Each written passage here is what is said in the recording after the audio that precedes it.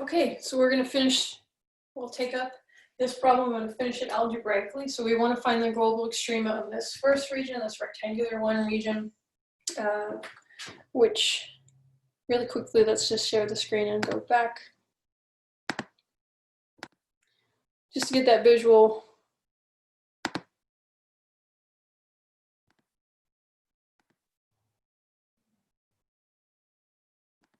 One more time. Okay, so this is the surface, the region in the XY plane is this rectangular down here. And the surface that lives above it. And we want to find the global max and global min. And we had a guess here at the global min that they were probably tied for those. And we also thought there was a chance that the global max could be tied as well. That's sort of diagonal points across the surface. All right, so let's see now that we have that visual of what actually is happening of this surface living above this region. So to find the global extrema, we're going to use the fact that we're going to extend this idea. Global extrema in R2 occurred at two places, CPs and EPs. Well, if you had to make a guess, now what do you think the two places are in R3?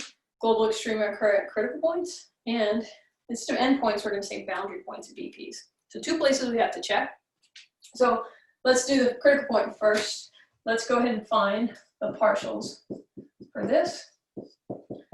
2x plus y, f sub x, f sub y then is just x, right? So partial with respect to x, partial with respect to y. Set both those to 0 because you're forcing the slopes of tangent lines in perpendicular directions to both be 0, which gives you a horizontal plane, which is the definition of a critical point. So second one, easy to solve, x equals 0. If x is 0, then y is 0, solves the other one, so we have a critical point at 0, 0.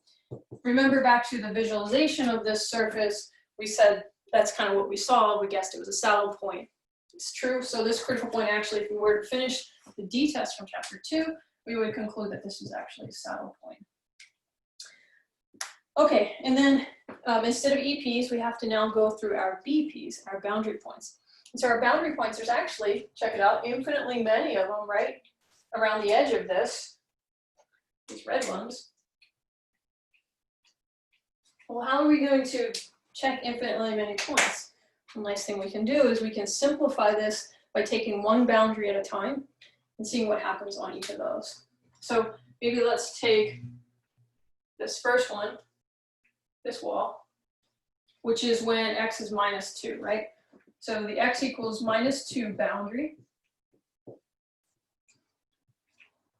is that vertical wall of this picture. Okay, so that means that our function, which was originally f as a function of x and y, is actually a little bit simpler. X is kind of like we did with traces, right? We're forcing x to be -2. So what happens to our function? Z is a function of x and y becomes a function of -2y, which is really just going to be a function of y. We've fixed x temporarily at -2, and so we'll get 4 minus 2y. And this is the function that describes that boundary edge. And so really what it's saying is z is 4 minus 2y. Hopefully y'all visualize that that is a wall. That's the vertical wall in our Calc Plot 3D, that sort of back one there. Okay, but we want to find where are the extrema on this wall then? So you go ahead and you solve like this little 1D optimization problem. You say, what are the extrema on this when y can range from -1 to 1? What are the global extrema for this? So global extrema for back in R2 type of problem, right? This is an R2 problem now. Occur at CPs and EPs. So are there any CPs? Take the derivative, set it to 0, no CPs then. So really I just have to check the two boundary points, or sorry, the two EPs of that problem. We have EPs at y equals -1 and y equals +1. Now, back to, that was restricting it to R2 problem, right? So we only have one variable. But remember, we actually have another variable, x was -2, and we forced it to be fixed. So really, when we start making a list like this, our list for the R2 region, at this point, we're going to have x, a y, and a z, right? When x is -2, a possible place to look for a global max or a global min is when y is -1 or when y is +1. Okay, so again, make sure that makes sense to you. Possible place to look for extrema in R3 on this function would be at critical points or boundary points. And so we had one critical point. Oh, we should go ahead and put that in. 0, 0. But we can see that's going to give us 0 here for z. We should go ahead and fill in our z values while we're at it then. So -2 will be 4. +2 is 6. 4 -2 is 2. Right, we're just going to keep adding to this table until we figure out who is the tallest and who is the smallest among these. Okay, so again, we've forced us to be on this one boundary, this boundary right here, and we've found any CPs or EPs on that boundary. When you're on that boundary, you've taken an R3 problem and pushed it back into an R2 problem. That's a little bit easier to handle. We fixed x at its boundary value of -2. And then we had this f of y instead of f of xy. It's simplified. We found any CPs or EPs of that R2 problem and added them to our list for possible extrema. And we have to keep doing that for every boundary. Turns out 3 more on this problem. So let's do the x equal +2 one. The x equal +2 boundary takes the function z as a function of x and y and turns it into a function of just y. By fixing x at 2, we'll have the function 4 + 2y, which for the same reason has no CPs. This R2 problem has no CPs, so you just have to check your endpoints, same endpoints of -1 and 1, except for this time, x was 2. So I need to say 2 -1, 2, and 1. And sometimes you'll get in your list repeated values, and of course you just need to have one copy of them. But these are all unique, right? Those are all distinct points. And let's move on to this boundary here. That is when y is -1. And we're going to figure out what happens along that boundary. Z started as a function of x and y, but we're going to restrict it to make x a variable and force y to be -1. This makes a function of one variable where the variable is just x. And so we'll have x squared minus x. Okay, this again, simplified it. We're back in R2 space. How do we get the extrema of that? Well, they occur at CPs and EPs. There is going to be a CP, I think, on this one, right? Because the derivative in this case is 2x minus 1 equals 0. So this one has a CP at x equal 1/2. So I want to check what happens at 1/2. And y is -1, so I'm going to add that to my list. And then I also need to check the EPs on this simplified function, this R2 function. So I need to make sure I check the EPs. In this case, our x goes from -2 to 2. EP x equal -2, and EP at x equal +2. So I add those to my list. So -2, when x is -2, y was forced to be -1, so it goes in this column. When x is +2, y was forced to be -1. But go back and again check, or do they already exist in my list? 2 minus 1, yeah, so I can take that one out. Didn't need it, it's a copy. -2 minus 1 already was represented in the list, so I can take that one out. All right, we're almost there, and we're almost ready to check who is the biggest and smallest. So we got one more boundary to check, which is this upper one. This is the y equal +1 boundary. Do the very same steps. Z becomes a function of just x then, because you're going to force y to be 1. And we'll get x squared plus x.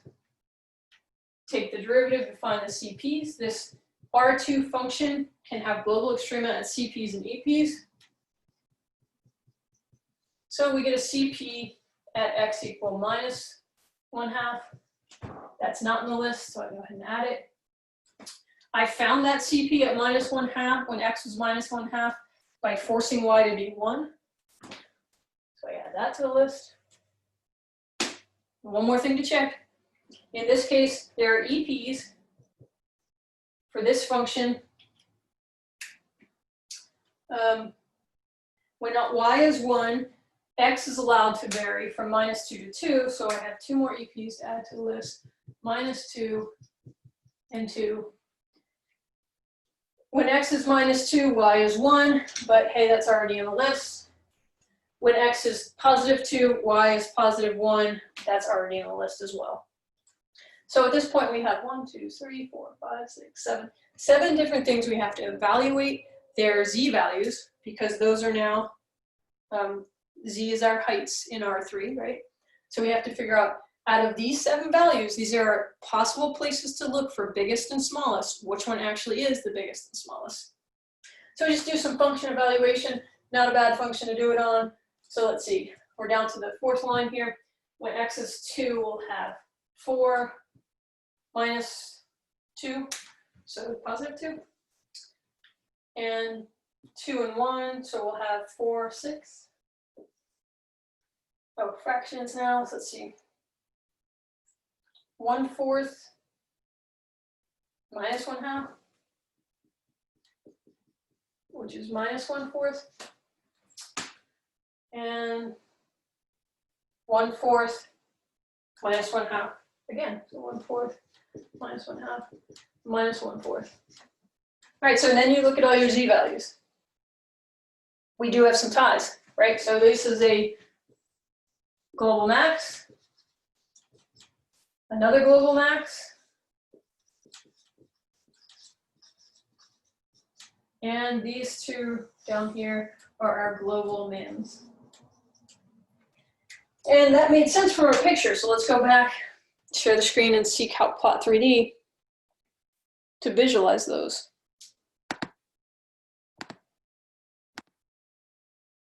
All right, so there we are at Calc Plot 3D. We had x is -2, so that's back here. Y is -1. Let's see, it's hard to see from this angle where the negative y's are back here. So it's back here at this point, then up to the surface. So we'll come overhead to look at it. So y is -1, x is 2. This z value here is 6.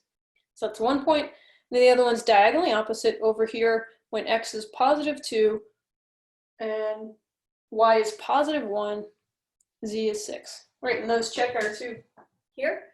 And then we thought when we were looking at this at just the right, yeah, so here's a good angle to see that this function actually dips below the xy plane at a couple places, again, because of symmetry. One there and one there. And those are the 2 values that we found. When x is 1/2, y is -1, we are below the xy plane because the z value is -1/4. And it all checks visually what we found algebraically.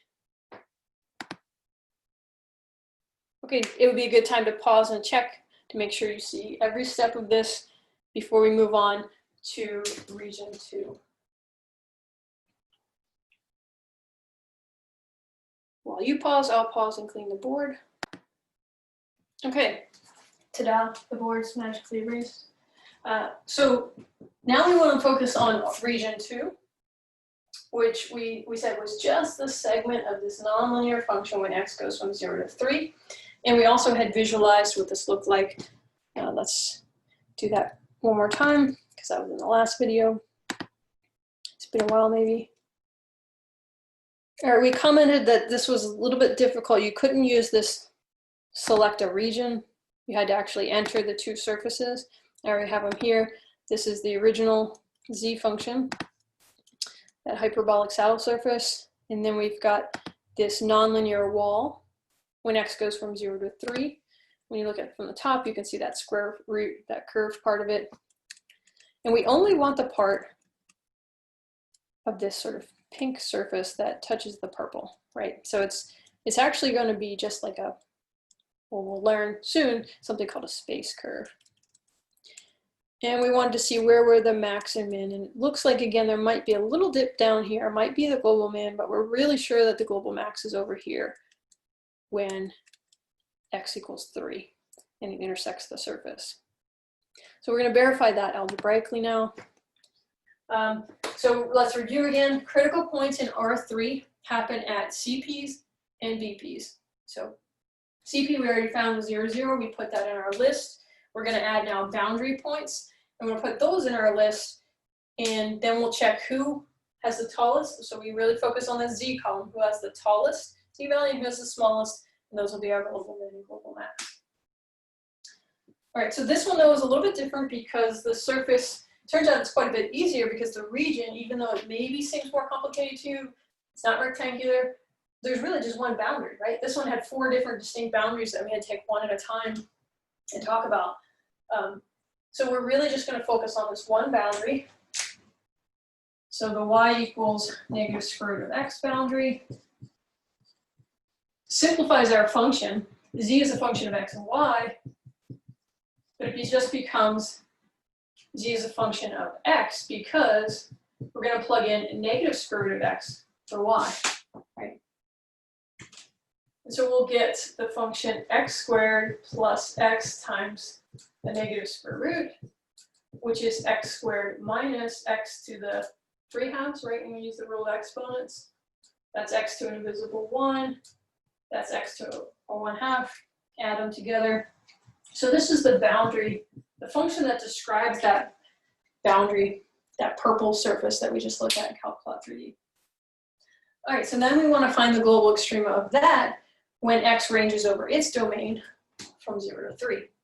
So just this section here. So that's an R2 problem, right? And so global extrema there happen at CPs and EPs. So let's go ahead and find the CP for this subproblem.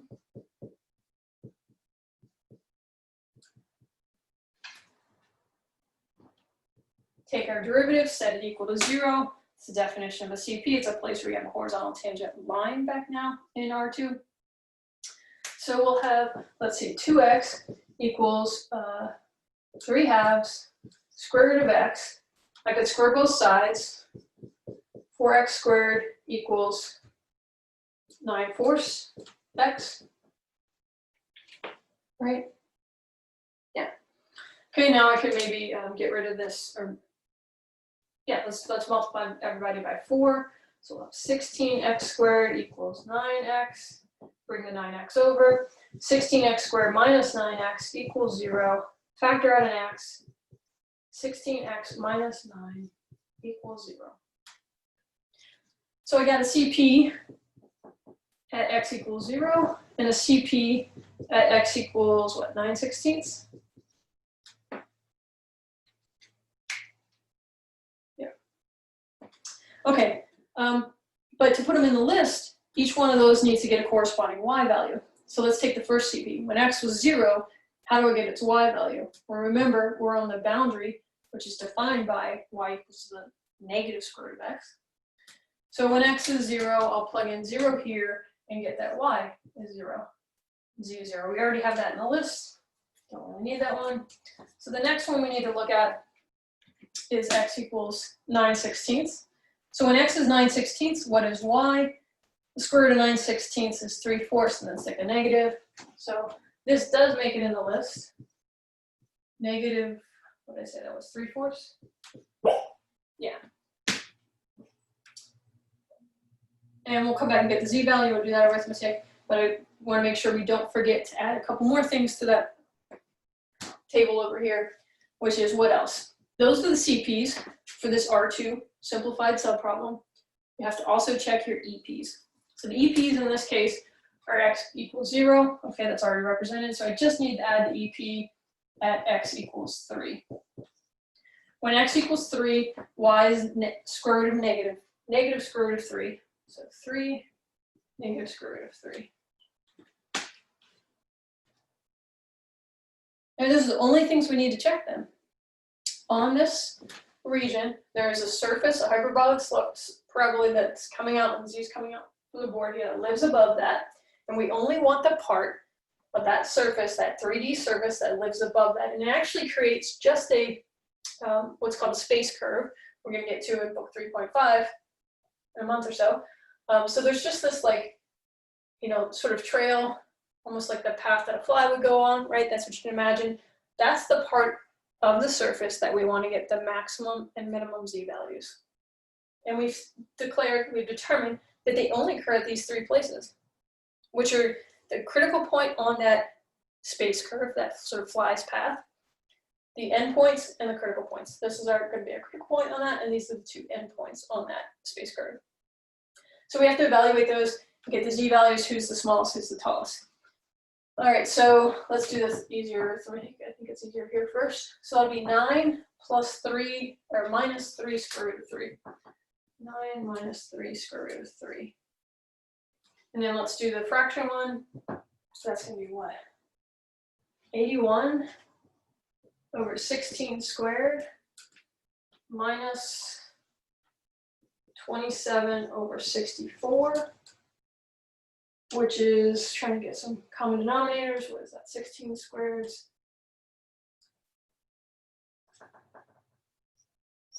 That'll be 81 minus 4 times 27. That's like 108. Minus 27 over 16 squared. Key thing though is that minus sign, right? So we know that that is the global min. It occurs at this point. X equals 9/16, y equal negative 3/4, z equal negative, whatever this fraction is going to evaluate to, negative 27 over 16 squared. And then this value, let's see, square root of 3 is like 1.7 times 3, that's roughly around 5. So this is positive. This beats out the 0. So this is our global max. And you can go ahead and get decimals if you want to give it a decimals.